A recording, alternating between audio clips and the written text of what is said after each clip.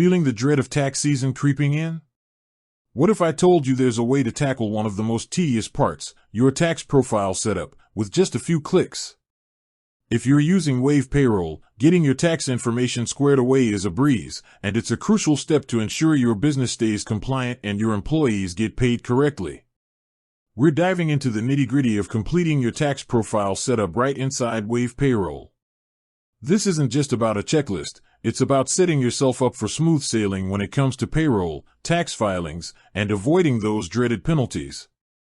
Think of this as the final frontier before you can start processing payroll like a pro. So, where do we start? Once you're logged into your Wave account, navigate over to the payroll section. You should see a prompt or a notification asking you to complete your tax profile. Click on that. The first thing you'll need to do is enter your federal tax information. This includes your employer identification number, or EIN. If you don't have one yet, you'll need to get it from the IRS before you can proceed.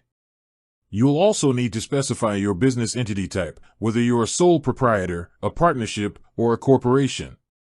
After you've got the federal stuff sorted, it's time for the state taxes. Wave Payroll will automatically show you the tax requirements for your state based on the address you provided during your setup.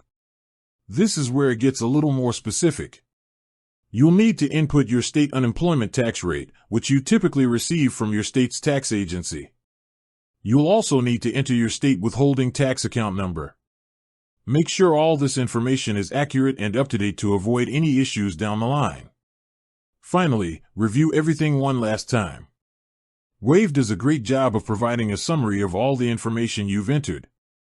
Double-check your EIN, your state tax numbers, and your rates. A small typo here could lead to big headaches later on.